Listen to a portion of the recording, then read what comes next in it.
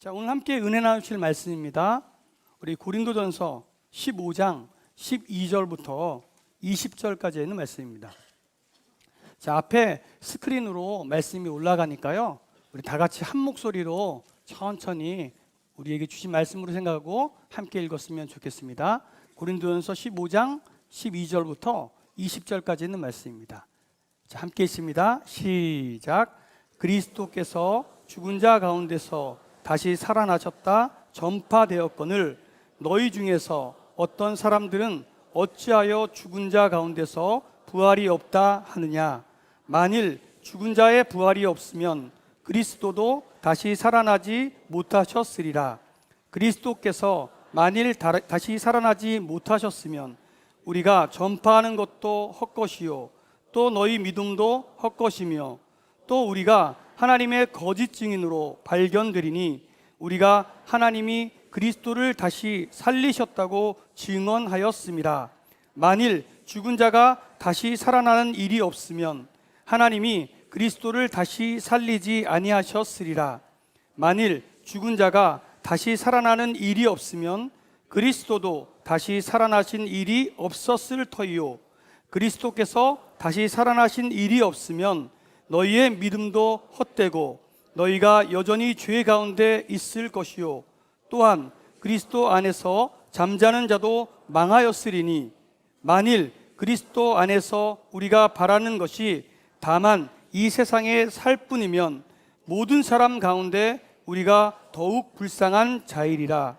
그러나 이제 그리스도께서 죽은 자 가운데서 다시 살아나사 잠자는 자들의 첫 열매가 되셨도다. 아멘.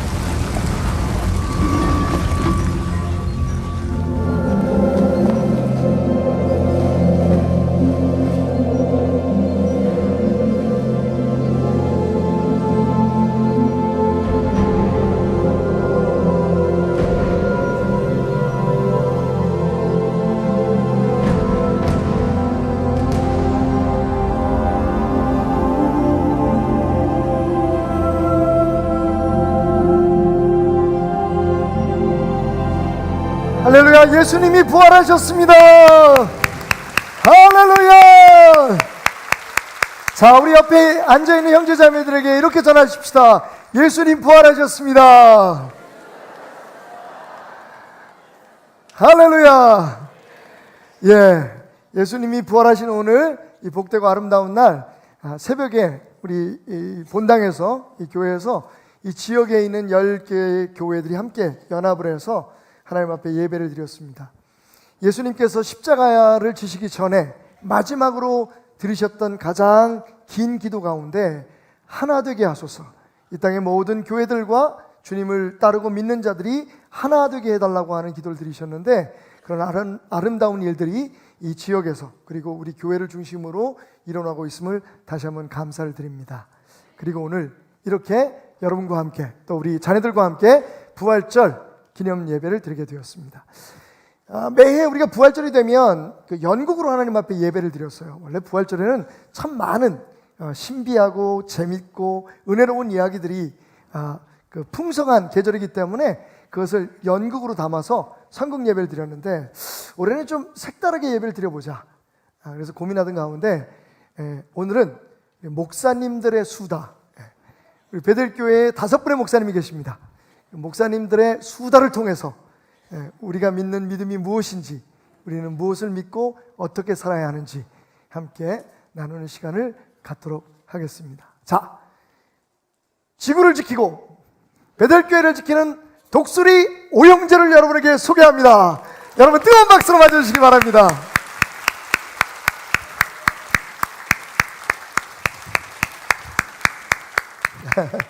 자, 우리 목사님들이 인사드리겠습니다. 차려! 뭐야 차려! 경례!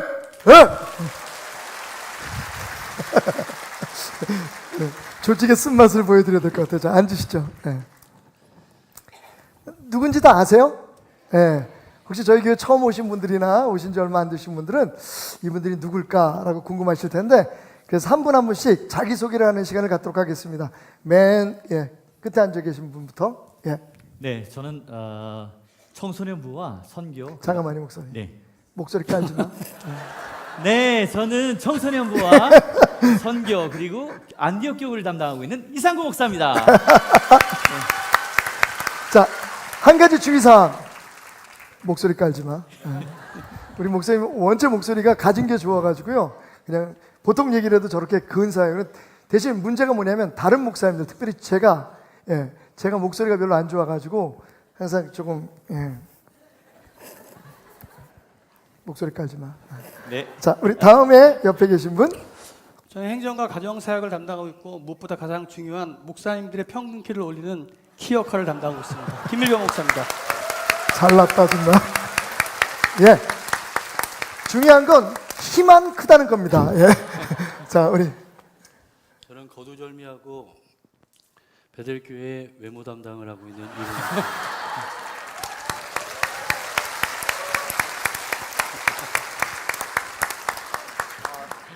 저는 김일경 목사님에 비해서 키의 평균치를 낮추는 사람의 이 교회는 이렇습니다. 저는 방송실 미디어 담당하고 있고요. 그리고 관리실장 그리고 에베소 교구를 담당하고 있는 박철주 목사입니다. 저는 베델교회 아무것도 아닌 담임 목사 박태랑입니다. 너무들 잘나가지고 여러분들 즐겁고 행복하게 해드리고, 부활절은요 기쁜 날이잖아요. 그래서 오늘 저희가 나름대로 많은 말잔치 또 사랑잔치를 준비해 보았습니다. 자, 우선 몸풀기 좀 시작해 볼까요? 여러분 앞에 그 스케치북이 있습니다. 거기에 제가 이제 질문을 던질 거예요. 시간이 그렇게 많지 않으니까 아주 급속하고 화끈하게 몸을 한번 풀어보겠습니다. 자, 이게 목회자가 되면 물론 이제 신앙적인 모범도 보여야겠지만 굉장히 중요한 게 가정에서 모범을 보여야 합니다. 우리 목사님들의 가정 생활을 보면서 많은 성도들이 그죠? 어떻게 그리스도를 주인으로 삼은 가정의 삶이 이루어져야 되는지, 물론 그 중에서 가장 중요한 건 부부 관계가 아닐까라는 생각을 가져봅니다. 그래서 첫 번째 질문, 예상 못했지? 일부하고 좀 다르지? 자, 질문. 여러분의 휴대폰에 사모님 전화번호가 적혀 있죠? 거기에 뭐라고 이름이 붙여져 있습니까? 쓰십시오. 자, 요걸 보면 목사님들이 사모님들과의 관계가 어떤지 대강 알 수 있을 것 같아요.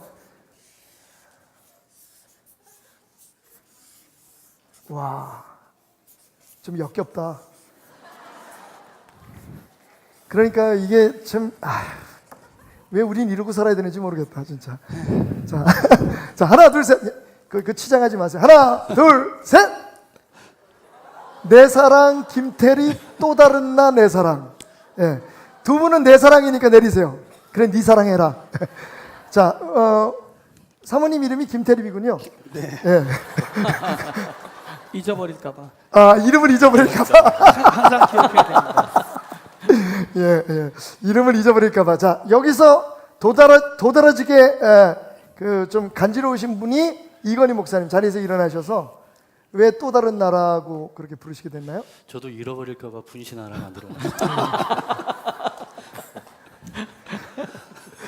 감사합니다. 외모 담당입니다. 자, 여기서 중요한 건 그러면 사모님들은 도대체 뭐라고 우리 목사님들의 그 전화번호에 이름을 붙여놨는지 중요해요. 자, 김태립 사모님은 지금 일부 예배 참석하셨죠, 네네. 그죠? 그러면 여기 누가 있나? 박봉림 사모님 계십니까? 박봉림 사모님 어디 계시죠? 아, 지금 유아부 계시고 사모님들이 전부 다 봉사를 하고 계셔서 그러면 경옥 씨는 있나? 홍경옥 사모님? 일부 예? 때는 잘 모르겠습니다. 일부. 잘 모르겠어요? 교회 안 다녀요? 참, 큰일 났다 이거 어쩜 좋니? 어? 자, 문제는 또 이건희 목사님 사모님은 일부 지휘를 하니까 이 자리에 없어서 확인이 불가합니다. 자, 그러면 두 번째 문제입니다. 야, 요건 좀 우리 성도들이 굉장히 좋아할 만한 질문인데, 담임 목사님 이거 하나만 고치면 좋겠다.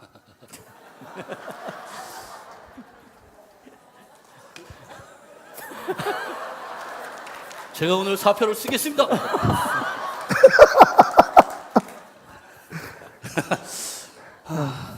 빨리 좀 오래 가야 됩니다. 여러분 목사님, 예. 성도들이 분위기 이상한 줄 알잖아. 빨리 써. 씨. 다 알고 예. 아, 이건 좀 문제가 있네. 예. 네, 그럼 이건 넘어가는 걸로 하겠습니다. 예. 안 될 것 같아요. 우리 김의겸 목사님이 요즘 저하고 좀 친하게 지내려고 애를 써가지고 뭐라고 썼냐면 잘생김 하나만 고치면 좋겠다. 아유. 자, 이번 질문은요. 이제 본격적으로 부활절에 관한 수다에 들어가도록 하겠습니다. 여러분들에게 있어서 부활절 하면 기억되는 뭐 추억이라든지 아니면 의미 있는 사건 에피소드 하나씩 적어보시죠.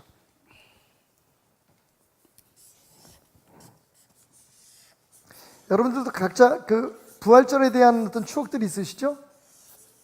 뭐 계란 몰래 먹다가 목에 걸려가지고 죽을 뻔했다든지 뭐 이런 그런 추억들이 다 있으실 텐데, 우리 목사님들은 어떤 참고로 우리 목사님들은 다 그 모태 신앙이신가요?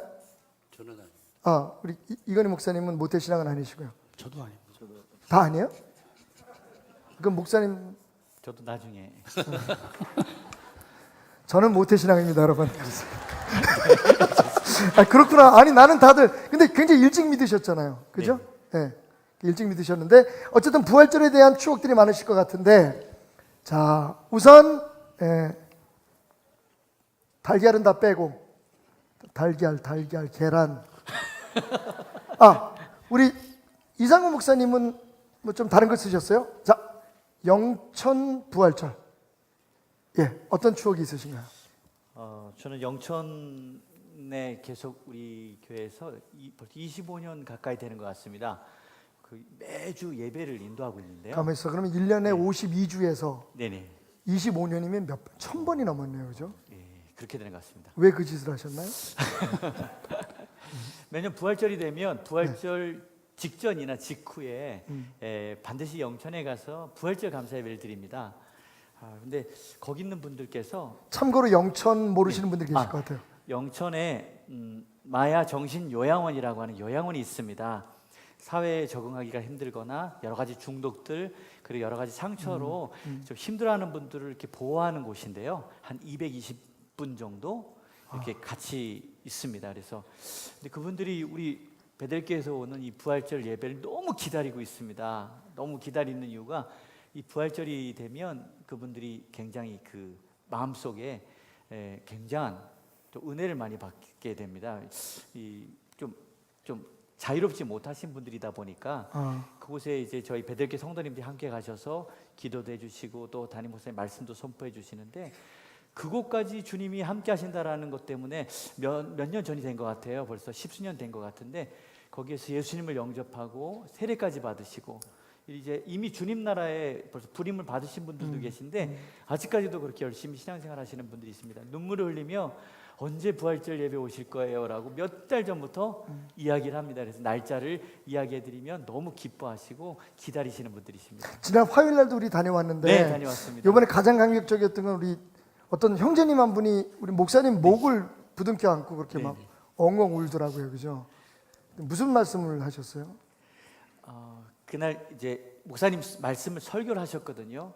설교를 하고 나서 너무 은혜가 돼도 계속 눈물이 난다는 겁니다. 우리 형제가 계속 눈물이 나고 그네에 어떻게 할 줄 몰라가지고 주치할 줄 몰라서 나오셔가지고 저한테 계속 얘기를 하시는 거예요. 그래서 그날 간호사님을 통해서 몇 분의 또 간증을 들었는데 이 간호사님들이나 의사 선생님들에게도 마음을 열지 않는 분들이 그날 일어서서 예수님을 영접하고 우리 목사님들 성도님들이 기도해 줄 때에 그 기도를 다 받으시고 예배가 끝나고 우리가 올라오는 중에 그분들이 나 교회 나갈 거예요, 나 예수님 믿겠다고 하는 고백을 해오셨다고. 부활절이 되면 항상 25년이네요, 그죠? 네네. 그러니까 저희가 1000회 이상을 갔는데 여러분 여기서 중요한 건 매주 우리 목사님들이 그리고 우리 전도사님들이 가셔서 예배를 드려주고 항상 기다리고 있어요, 그죠? 네. 그래서 25년 됐습니다. 중간에 저희가 좀 효율적으로 선교를 하기 위해서 영천에다 교회도 세워봤는데 그게 잘 안 되더라고요. 그리고 다른 교회에다 부탁도 해봤는데 오래 못 가더라고요. 그래서 한 가지 깨달은 건 정말 주의 일은 뭐 돈 혹은 뭐 거리 뭐 이런 게 문제가 아니라 마음으로 하는 거다라는 생각을 가졌습니다. 우리 정말 고생 많이 하신 목사님들한테 다시 한번 여러분 박수 부탁드리겠습니다. 뭐 그런 얘기 나왔으니까 김 목사님 요즘 우리 신방 하잖아요, 그죠? 돌봄 신방. 목사님들이 정말 오래간만에 성도님들 가정을 방문하게 되는데 혹시 뭐 좀 느끼신 것이 있으시면 말씀을 해주실까요? 저는 이제 가까운 지역들을 신방하게 됐는데 저희 교회가 이곳에 세워지고 나서 2009년에 이제 재기업으로 한번 했죠. 신방을 네, 했던 것 같아요. 그리고 나서 이제 10년이 지났잖아요. 그러다 보니까 성도님들이 이 신방에 대해서 사모하는 그러한 분들이 굉장히 많으시고 또 교구장님들, 목장장님들이 기도를 잘 준비해 주셔서 가는 곳마다 환영받고 또 굉장히 은혜가 넘치는 것 같습니다. 뭐 그 중에 조금 에피소드가 있다면 청소해서 집이 깨끗해졌다고. 꼭 신방을 받으려면 청소. 우리가 가끔 신방을 해야 돼요, 그죠? 네네네. 대청소하는 날, 목사님들 오시는 날. 그리고 많은 분들이 공감하시는 것 같은 느낌이 드는데요. 우리 목장님들하고 같이 이렇게 신방을 다니는데 각 가정들을 방문하면서 은혜도 있었지만 이 집은 이렇게 사네, 이 집은 이렇게 사네, 우리 집도 이렇게 고쳐야 되겠네 라고 하면서 집 리모델링을 계획하시는 분도 은혜를 이상하게 받으시는 것 같아요. 저희도 이렇게 신방을 하다 보면 차를 6번, 7번 갈아타고 우리 교회 오시는 분들이 계십니다. 뭐 여러분들 여기 오신 분들 중에 뭐 귀하지 않은 분들이 없지만 특별히 교회에 오실 때 어려운 분들이 많으세요. 저희 교회는 반 정도는 원거리에서 오시는 분들인데 아이들 챙겨서 뭐 또 이제 어르신들 차를 7번씩 6번씩 갈아타면서 오시는 그런 분들 우리 목회자들이 한번 방문하게 되면요 돌아오는 길에 정말 회개 많이 합니다. 내가 좀 더 열심히 더 기도 많이 하면서 성도들 돌봐야 할 텐데 이런 생각을 갖게 되는데 이번에 이제 좀 그런 온 교회가 그런 서로 감사하는 마음 또 서로 아끼고 배려하는 마음을 가져보자고 해서 우리 목사님들 같이 한번 좀 방문을 하는데 여러분들이 아까 목사님 말씀하신 대로 환영해 주시고 또 은혜를 많이 사모해 주셔서 너무 감사하다는 말씀 이 자리를 빌어서 드리겠습니다. 자 보면 우리 목사님은 부활절에 대한 어떤 기념 뭐라고요? 거기 뭐라고 써 있네? 저는 전설의 고향. 전설의 고향이요? 전설의 고향. 부활절과 전설의 고향 무슨 관계가 있을까요? 어릴 때 시골에 이제 교회를 가기 위해서는 이 깜깜한 이 거리를 지나가야 되는데 갑자기 부활주일 새벽이면 전설의 고향이라 그러니까 이게 들어갈 것 같았어요. 부활절 새벽이면 흰 물체가 늘 앞으로 휙 지나가는 거예요. 오.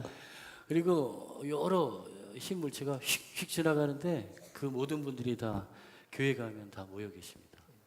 예전에는 하나님 앞에 정성껏 아 맞아. 흰옷 우리 교회도 그랬어요. 새벽 예배 때 다 흰 옷 입고 오셔가지고 근데 소복을 입고들 가시는 거군요 여기서. 한복인지 소복인지 제 어려서 잘 기억이 안 나는데 제 기억에는 좀 무섭기도 하고 당시 전설의 고향이 되게 예. 인기가 많아서 네. 저는 이제 죽은 사람이 살아 다시 났나 보다 부활주일이구나 막 이런 아. 생각을 했어요. 그래서 말도 안 되는 그런 생각.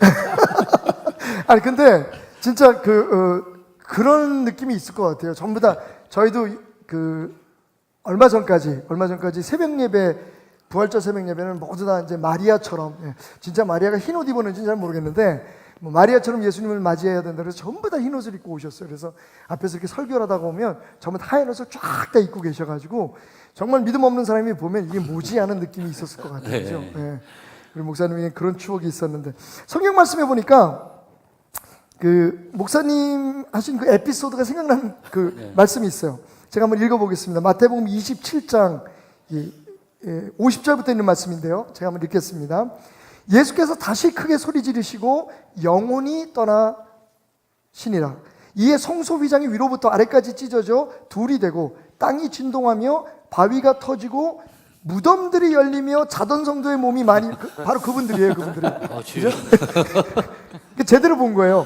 예수의 부활 후에 그들이 무덤에서 나와서 거룩한 성에 들어가 많은 사람에게 보이니라. 백부장과 및 함께 예수를 지키던 자들이 지진과 그 일어난 일들을 보고 심히 두려워하여 이르되 이는 진실로 하나님의 아들이었도다 하더라. 아멘. 오늘 말씀 보면 예수님을 십자가에 못 박았던 책임자죠. 백부장이 3시간 동안 일어난 그 신비로운 일들을 보고 하늘이 깜깜해지고 빛이 갑자기 어두워지고 그리고 막 지진이 일어나는 것을 보면서 예수님 십자가 앞에 엎어져서 고백을 하죠. 당신은 하나님의 아들이셨습니다. 그 믿음의 고백. 우리 목사님들은 과연 그 예수님에 대한 어떤 믿음의 고백을 가지고 있는지. 자, 지금부터 본격적인 부활절 목사님들의 수다에 들어가도록 하겠습니다. 누가 먼저 얘기하실까요? 예. 우리 나이순이요? 네. 네. 네. 자, 여러분 뜨거운 박수로.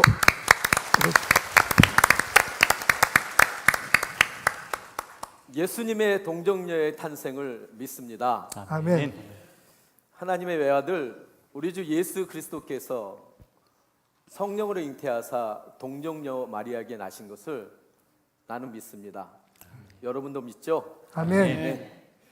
이 사실은 하나님께서 우리를 너무도 사랑하셔서 인간의 몸을 입으시고 친히 우리를 찾아 움직이신, 찾아 행동하신 하나님의 너무도 무조건적인 사랑인 것입니다. 죄로 인해 멀어져서 가까이 할 수 없는 우리를 하나님이 함께 있고 싶어 함께 하야하기 위해서 우리를 찾아오셨습니다. 먼저 움직이셨습니다. 그 하나님의 사랑, 하나님의 보좌를 버리고 우리와 함께 하고 싶어서 이 땅에 오신 예수님의 은혜, 그리고 예수님을 보내기 위해 열심히 일하신 성령님의 능력이십니다. 노아서 5장 5절부터 10절 말씀에 하나님께서 죄인된 우리를 사랑하셨기 때문에 마땅히 죄로 말미암아 죽어져야 할 죄인을 하나님께서 지극히 사랑하셨기 때문에 우리가 아직 연약할 때에, 우리가 아직 죄인 되었을 때에, 우리가 죄로 인하여 아직 하나님과 원수 되었을 때에 하나님의 사랑이 부어진 것이라고 증언하고 있습니다. 아멘. 왜 예수님은 동정녀 마리아에게 태어나셔야 했습니까? 그것은 완전한 인간이 되시기 위해서입니다. 우리를 죄에서 살려주시려고, 우리를 구원하시려면 순결한 처녀의 아기 집을 빌려 인간의 모습으로 이 땅에 오셔야 했습니다. 인간이 지은 죄는 반드시 인간이 대속해야 하며 인간이 대신 그 죄값을 지불해야만 죄를 사함받을 수 있기 때문입니다. 그런데 이 땅의 사람들은 아담의 범죄로 인하여 모두가 원죄의 굴레에서 벗어나지 못함으로 말미암아 이 땅에 의인은 하나도 없다고, 이 땅에 의인은 하나도 없다고 성경은 증거하고 있습니다. 죄 없는 사람이 대신 죽어주어야 하는데 말입니다. 그런데 예수님께서 죄 없으신 인간의 모습으로 우리를 대신해서 죽어주셔야, 그렇게 죽어주셔야 되겠다고, 그리고 대신 죄값을 치러주시겠다고, 우리를 대신해서 속죄제물이 되어주시기 위해서 저 하나님의 아들의 자리, 높고 높은 보좌를 내려놓으시고 이 낮고 천한 사람의 모습으로 이 땅에 오신 것입니다. 그러면 어떻게 동정녀 마리아를 통해서 완전한 인간, 의인이 태어날 수 있는 것입니까? 누가복음 1장 35절에 천사가 대답하여 이르되 성령이 내게 임하시고 지극히 높으신 이의 능력이 너를 덮으시리니 이러므로 나실 바 거룩한 이는 하나님의 아들이라 일컬어지리라 말씀하십니다. 아멘. 이어 37절과 38절에 대저 하나님의 모든 말씀은 능하지 못하심이 없느니라. 아멘. 아멘. 마리아가 이르되 주의 여종이오니 말씀대로 내게 이루어지이다 말씀하십니다. 그렇습니다. 하나님은 창조주 하나님이십니다. 하나님은 우리를 지으신 하나님이십니다. 아멘. 우리를 지으셨을 뿐만 아니라 모든 것을 하실 수 있고 모든 것을 가능케 하실 수 있는 전능한 하나님이신 것입니다. 그러기에 성령으로 잉태되었다는 말은 육체적인 방법이 아니라 하나님의 전능의 능력으로 잉태되었다라는 것입니다. 아멘. 우리는 이 사실을 믿습니다. 아멘. 아멘. 아멘. 아멘. 예수님께서 하늘 보좌를 버리고 이 땅에 사람으로 내려오신 것은 우리와 함께하기 위해서입니다. 예수님이 굳이 우리와 똑같은 가정을 선택하신 것은 우리와 영원히 함께하기 위해서인 것입니다. 그것은 하나님께서 모든 것을 함께하고 싶은 만큼 우리를 너무도 지독히 사랑하시기 때문입니다. 모든 것을 함께하고 싶은 만큼 우리를 그렇게 해요. 그래서 성경은 예수님을 임마누엘이라 부릅니다. 마태복음 1장 23절입니다. 보라, 처녀가 잉태하여 아들을 낳을 것이요 그의 이름은 임마누엘이라 하리라 하였으니 이를 번역한즉 하나님이 우리와 함께 계시다 하니라. 아멘. 예수님은 하나밖에 없는 하나님의 외아들이셨습니다. 즉 예수님은 하나님이시라는 것입니다. 예수님은 성령으로 잉태하사 동정녀 마리아에게 태어나셨습니다. 즉 예수님은 우리와 똑같은 인간이시라는 것입니다. 그런데 그분은 죄가 없으십니다. 이런 예수님께서 저와 여러분들의 죄를 짊어지시고 십자가에 못 박아 그 모든 것을 청산하시기 위해 죽어주셨기 때문에 우리의 죄가 사함받고 우리는 구원받게 된 것입니다. 할렐루야. 아멘. 이 사실을 믿는 것이 예수님을 믿는 것입니다. 아멘. 사랑하는 베들레 성도 여러분, 하나님의 외아들 우리 주 예수 그리스도께서 성령으로 잉태하사 동정녀 마리아에게 나신 것을 우리는 믿습니다. 아멘. 저도 믿습니다. 아멘. 할렐루야. 하나님께 박수로 영광 돌리겠습니다. 할렐루야, 우리 주님께서 부활하셨습니다. 아멘. 아멘. 아멘. 아멘. 저를 따라서 이렇게 고백하겠습니다. 우리는 예수님의 예수님의 긍휼과 긍휼과 사랑을 믿습니다. 믿습니다. 아멘. 아멘. 혹시 예수님께서 흘리신 마지막 눈물에 대해서 여러분들 알고 계십니까? 우리 예수님께서는 자신의 인생의 생애를 마지막으로 이제 계획하고 있을 즈음에 예루살렘을 올라가게 되셨습니다. 우리 예수님께서는 예루살렘을 올라가시면서 예루살렘을 바라보시면서 하염없이 눈물을 흘리시게 되었습니다. 우리 예수님께서는 왜 예루살렘을 바라보시면서 이토록 눈물을 흘리실 수밖에 없었을까요?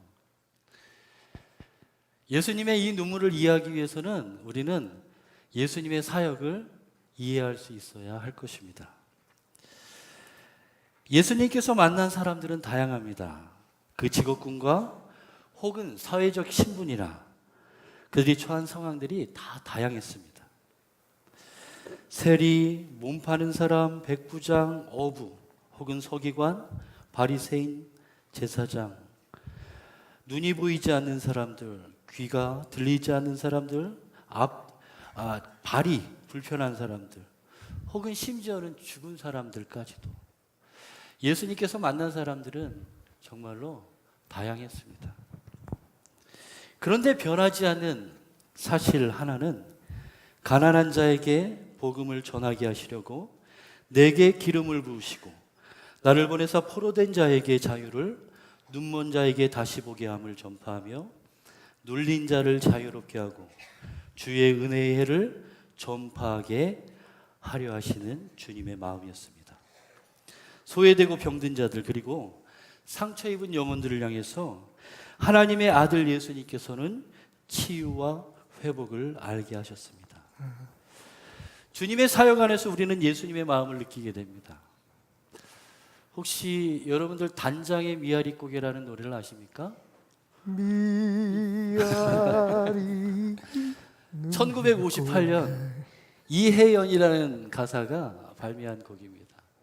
바로 우리 목사님께서 불러주셨는데 미아리 눈물고개. 그 뒤쪽에 가면 철사줄로 꽁꽁 묶인 채로 뒤돌아보고 또 돌아보며 절며 그 한마는 슬프고 애달픈 가사의 내용들이 담겨져 있는 노래이기도 합니다. 이 노래가 있기 얼마 전에 우리는 민족적으로 큰 슬픔을 경험한 나라입니다. 바로 한국전쟁입니다. 한국전쟁 당시 인민군이 쳐들어왔다가 다시 후퇴할 때에 남한에 있는 많은 사람들의 포로, 그러니까 사랑하는 사람들을 포로로 이끌고 바로 이쪽 북쪽으로 퇴각할 수 있는 유일한 퇴각로인 이 미아리 고개를 넘어갈 수밖에 없었습니다. 이때에 많은 사람들은 정말로 자기의 사랑하는 가족을, 사랑하는 남편을 혹은 정말로 잊지 못하는 그러한 사람들을 이 미아리 고개로 넘어가는 것을 보면서 저 멀리서 울며 불며 애타는 마음으로, 슬픈 마음으로 그들을 바라보았던 것입니다. 그래서 이름하여 이 미아리 고개 앞에 단장애라는 표현을 붙여넣었습니다. 역사적인 아픔이 있고 삶의 아픔이 있는 이 미아리 고개를 표현할 때 우리는 단장의 미아리 고개라고 이야기했던 것입니다. 여러분들, 단장은 무엇입니까? 쉽게 얘기하면 창자가 끊어지는 것을 이야기합니다. 그 미아리 고개에서 헤어짐과 이 슬픔들은, 느꼈던 애환들은 창자가 끊어지는 아픔으로 정말로 그들의 마음을 표현했던 것입니다.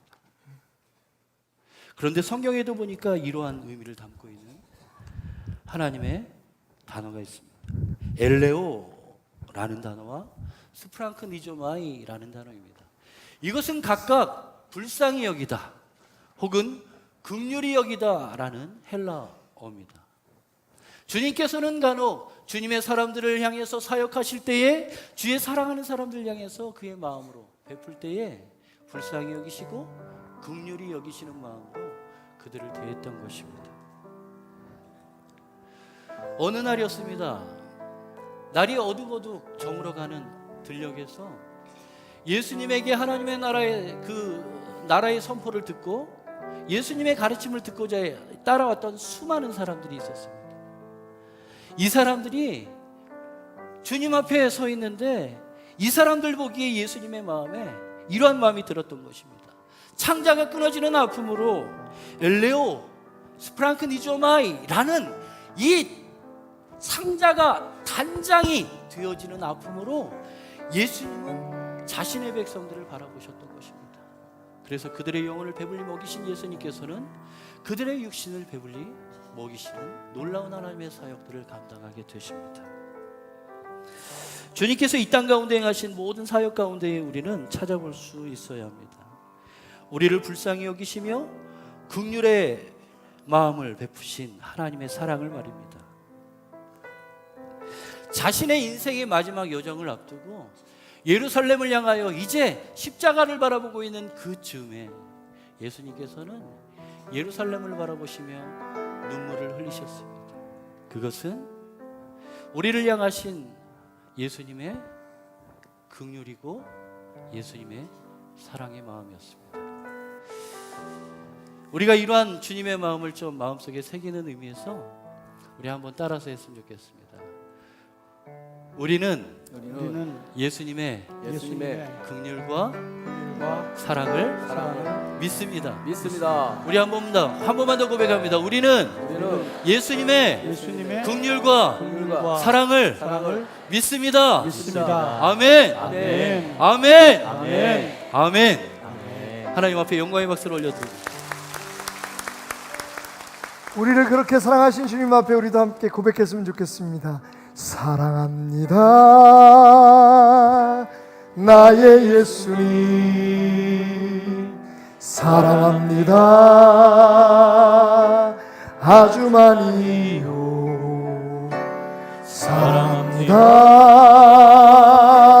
나의 예수님, 사랑합니다 그것뿐이에요. 우리 목사님들만 한번 고백해 볼까요? 사랑합니다 나의 예수님, 사랑합니다 아주 많이요. 사랑합니다 나의 예수님, 사랑합니다 그것뿐이에요. 주님은 우리를 이렇게 축복하십니다.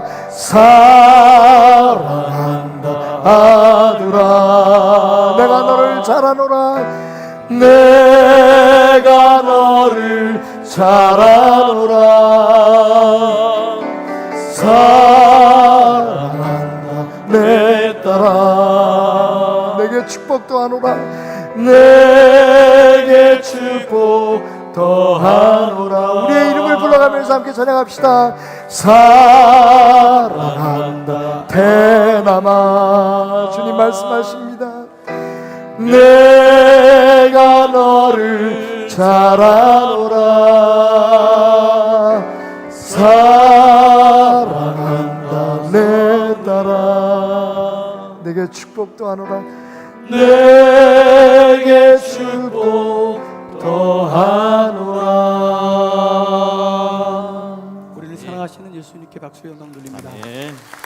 함께 고백해 봅시다. 나는 예수님의 십자가의 은혜를 믿습니다. 십자가의 은혜를 믿습니다. 아멘. 아멘. 또한 나는 예수님의 고난과 십자가의 죽으심으로 구원받았음을 믿습니다. 아멘. 우리 예수님의 고난이 묻어있는 우리 마가복음 15장 34절의 말씀을 앞에 자막을 보시면서 같이 한번 읽어보도록 하겠습니다. 시작. 제9시에 예수께서 크게 소리 지르시되 엘리 엘리 라마 사박다니 하시니, 이를 번역하면 나의 하나님 나의 하나님 어찌하여 나를 버리셨나이까 하는 뜻이라. 아멘. 예수님의 십자가 죽음은 하나님 편에서는 하나님의 치밀한 계획이지만 또한 인간의 이 악랄한 무의가 빚어낸 결과입니다. 첫사람 아담과 하와가 뱀의 유혹을 받아 범죄함으로 그 모든 후손이 영원히 죽을 수밖에 없게 되었습니다. 그러자 하나님은 창세기 3장 15절에 내가 너로 여자의 원수가 되게 하고 여자의 후손은 내 머리를 상하게 할 것이요 라는 원복음을 시작으로 해서 말씀을 통해 점진적으로 예수님을 계시하여 주십니다. 그리고 드디어 때가 이르러 예수님을 이 땅에 보내시고 십자가에 죽게 하심으로 우리에게 영원한 생명을 주셨습니다. 하나님의 철저하신 계획입니다. 반면 인간의 그 악랄한 모의가 또 한 몫을 담당합니다. 다른 것들은 다 차지하더라도 고난주간의 목요일 밤 예수님이 잡히시고 세 번의 재판을 거치신 후 십자가에 못 박혀 죽으신 시간이 불과 채 하루가 되지 않습니다. 유래를 찾아볼 수 없는 이 속전속결의 재판은 어찌하든 예수님을 반드시 죽이고자 하는 이 인간들의 열망이 빚은 비열한 순간이었습니다. 이 예수님의 고난은 인류 역사상 가장 처참한 순간이 아닐까 싶습니다. 온몸이 채찍에 찢기고 녹슨못이 살갗을 뚫고 뼈를 쪼개는 고통은 이루 말할 수 없었을 것입니다. 또 옆구리를 깊숙이 찌른 창은 온몸에 물과 피를 다 쏟으시게 하였고 마침내 심장이 터져버려 내팽개치듯 죽임을 당하신 예수님의 고난은 우리의 말로서는 도저히 표현할 길이 없습니다. 우리가 함께 읽었던 이 본문의 말씀은 예수님께서 십자가상에서 하신 7원인데 그중 네 번째 해당하는 말씀입니다.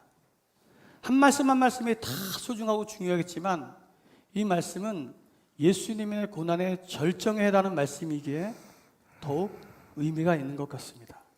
왜냐하면 하나님 편에서는 하나밖에 없는 아들을 버리시는 처절한 아픔이, 또 예수님 편에서는 아버지 하나님께 버림당하는 이 참혹한 슬픔이 묻어나기 때문입니다.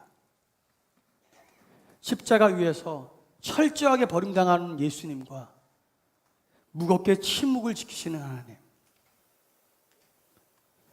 그때 정막을 깨는 부르짖음이 울립니다.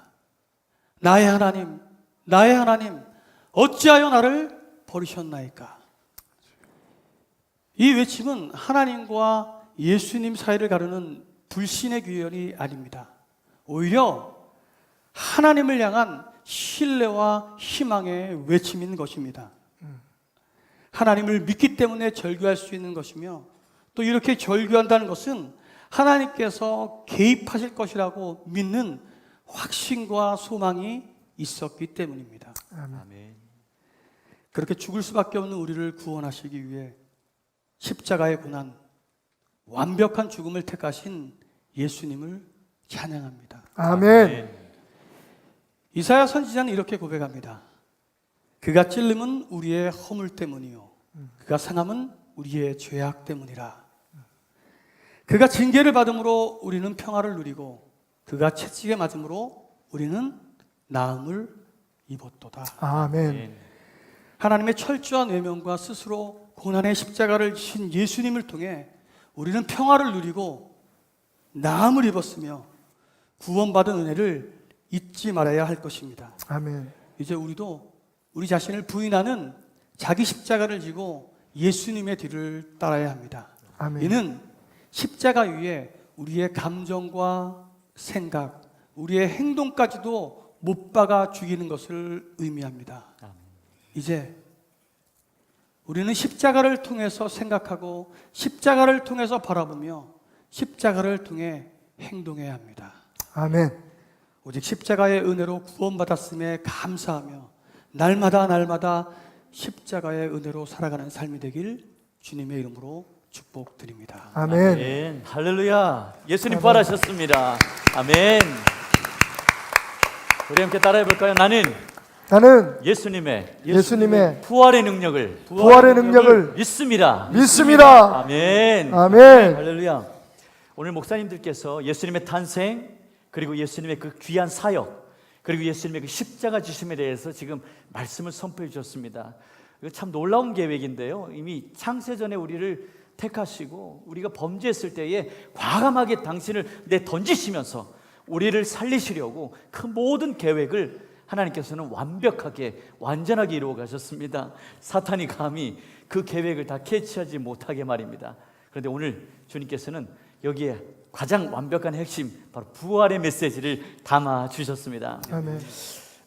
누가복음 24장 5절에서 6절의 말씀에 이런 말씀이 있습니다. 어찌하여 살아있는 자를 죽은 자 가운데서 찾느냐? 여기 계시지 않고 살아나셨느니라.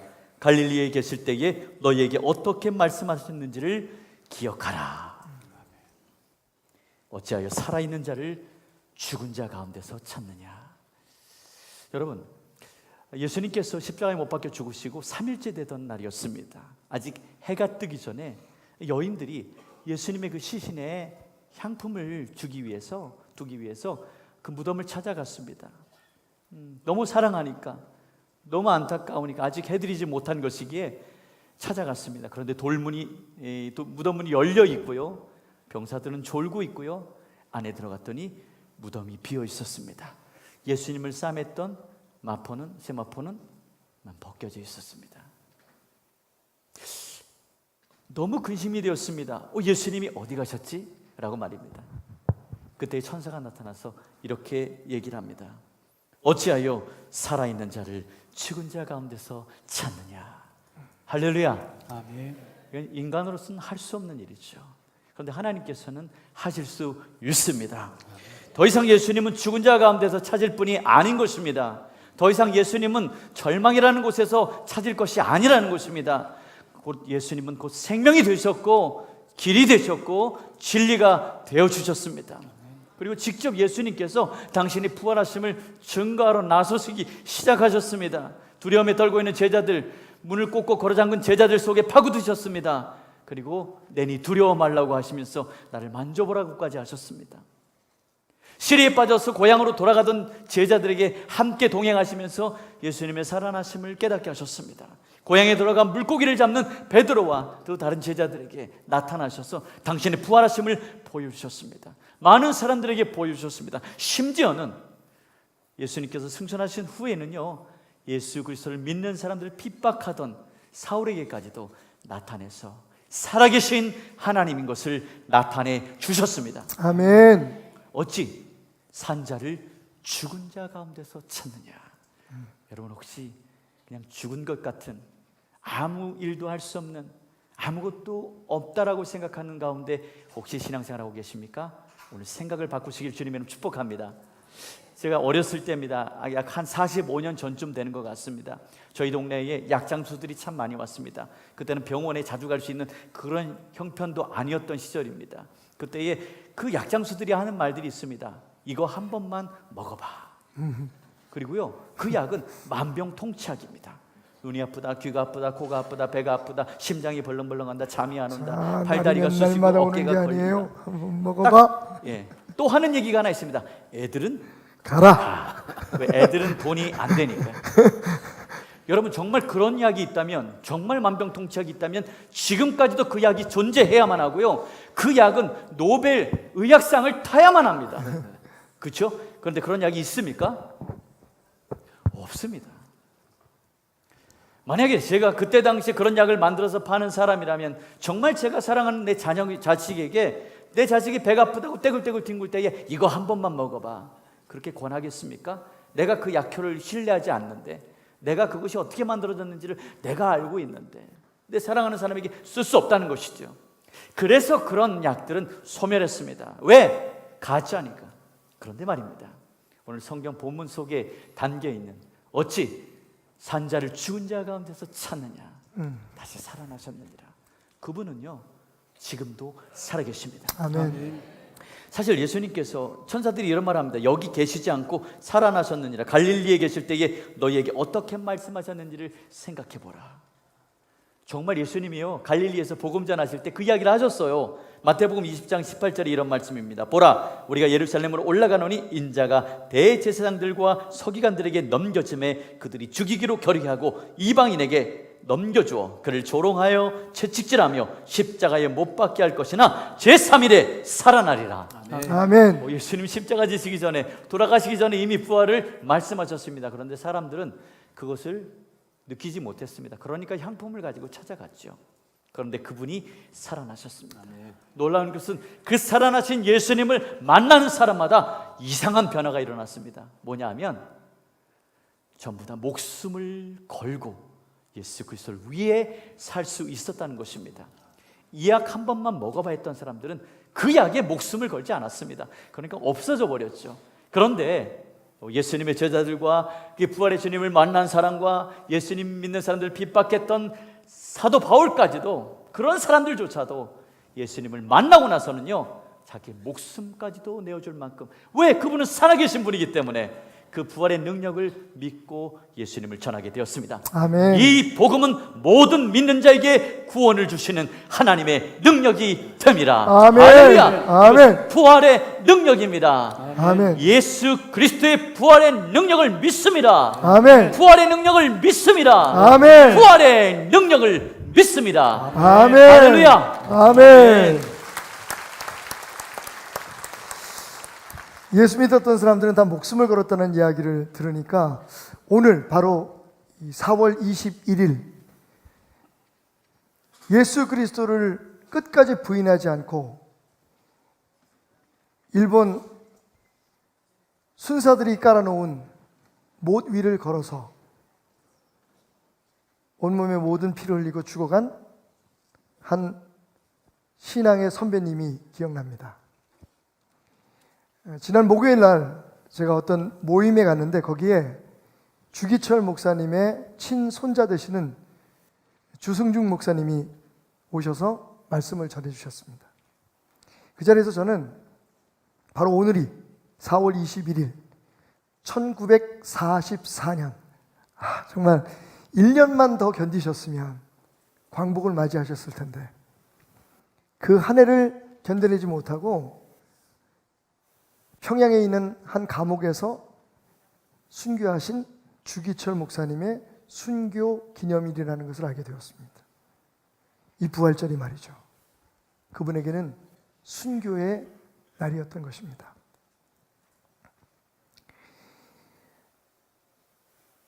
주 목사님이 할머니를 통해서, 어머니를 통해서 들었던 그 주기철 목사님에 대한 이야기를 우리에게 들려주었습니다.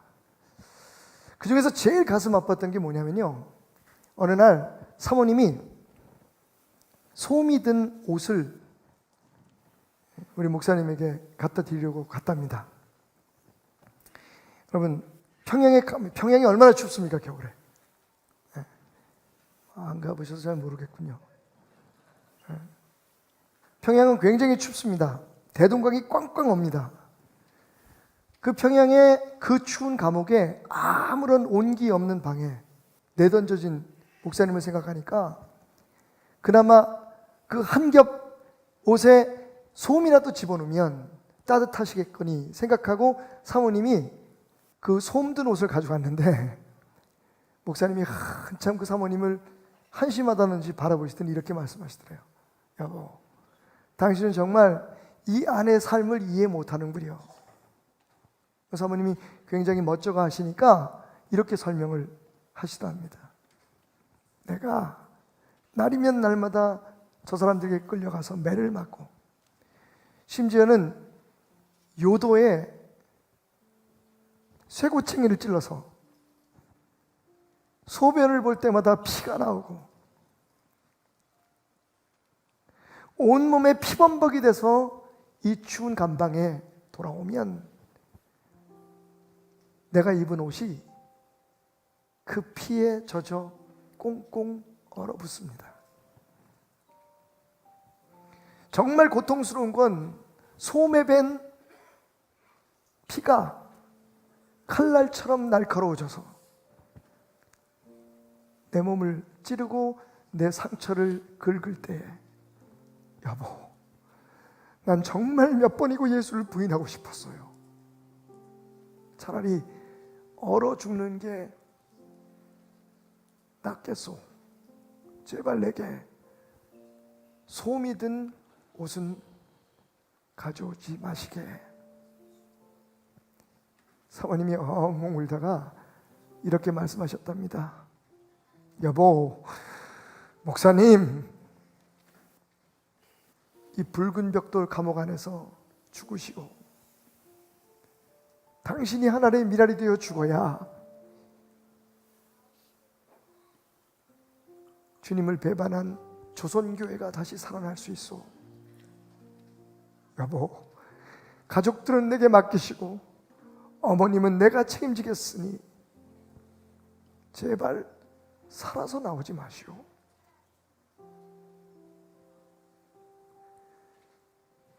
그리고는 뒤도 돌아보지 않고 나와서 엉엉 울었다는 이야기를 어머님에게 들었다고 말씀하시면서 눈물을 글썽이셨습니다. 여러분,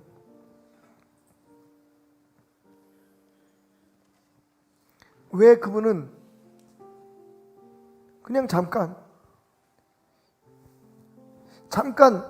생명을 부지하기 위해서 그들이 요구하는 대로 그들의 신 천왕에게 그냥 절하는 척만 해도 되는 걸 그렇게 끝까지 거부하다가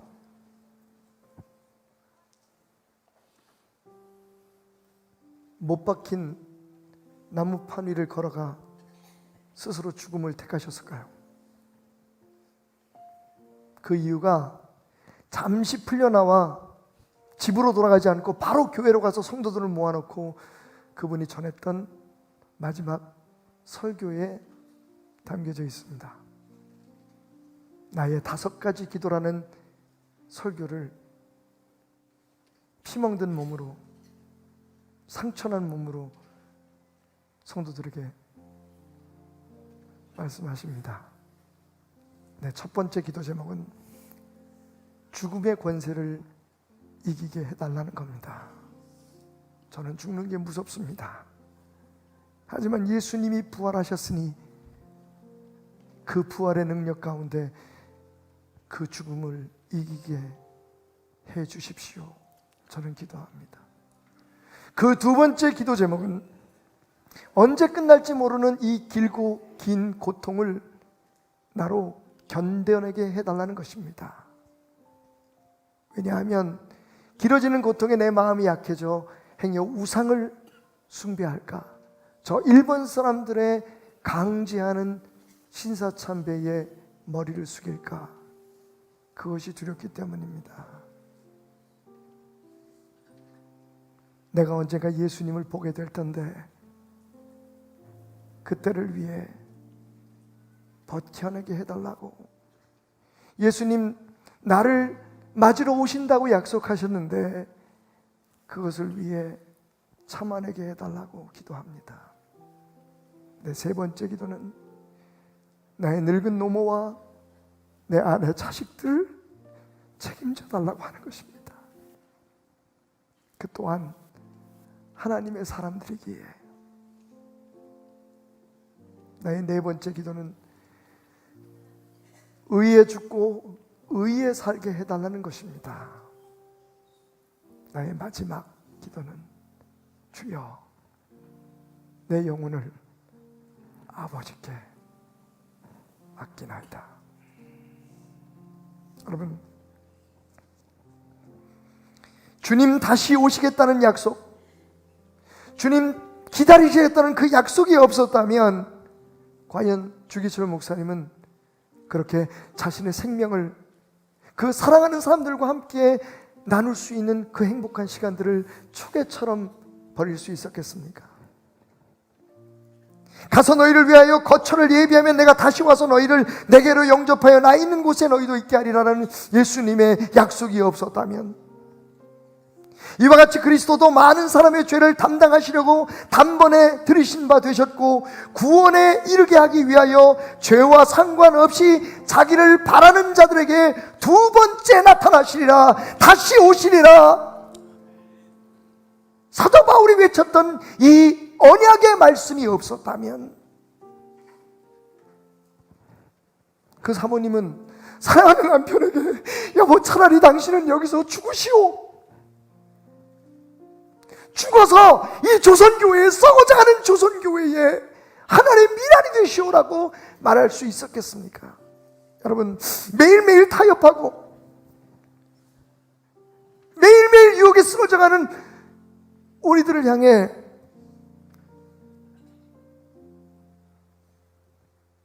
목이 잘려 죽은 사도 바울 선생님은, 거꾸려 매달려 죽은 십자가에 매달려 죽은 베드로 선생님은, 그리고 모두를 걷다가 생명을 잃은 주기철 목사님은 무엇이라 말씀하시겠습니까?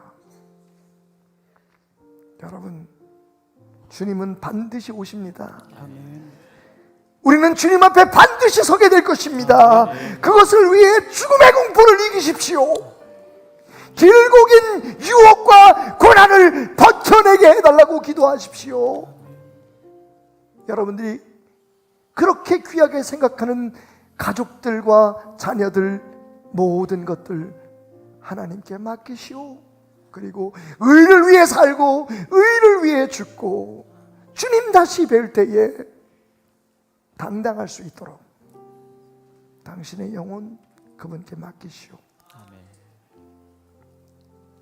저와 함께 외쳐주시겠습니까? 우리는 예수님의 영광스러운 재림을 믿습니다. 우리는 반드시 승리하고 주님 앞에 서게 될 것입니다. 할렐루야. 여러분, 그날을 위해 버텨내십시오. 참아내십시오. 주님은 오늘도 여러분을 바라보시며 응원하고 계십니다.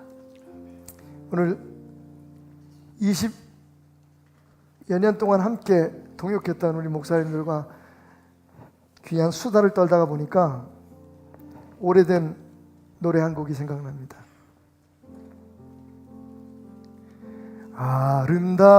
아름다웠던 지난 추억들, 사랑했었던 많은 친구들, 멀고도 험한 고난의 길을 나 이제 말없이 주님을 위하여 떠나야지. 수없이 많은 사람들 위해 당신이 바친 고귀한 희생, 영원히 당신과 함께 있고파 사랑의 십자가를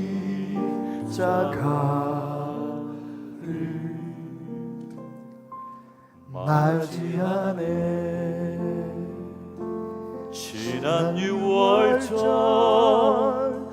저녁 성찬 때 주님과 함께 마시던 빗잔, 그 일이 문득 생각이 나면 어느새 내 뺨에 주르르 눈물만이 흐릅니다. 수없이 많은 사람들 위해 당신이 바친 고귀한 희생, 영원히 당신과 함께 있고파 사랑의 십자가를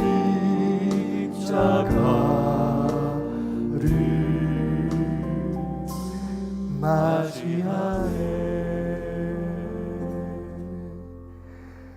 새벽가 울 때 난 외로웠어. 우리 함께 찬양합시다.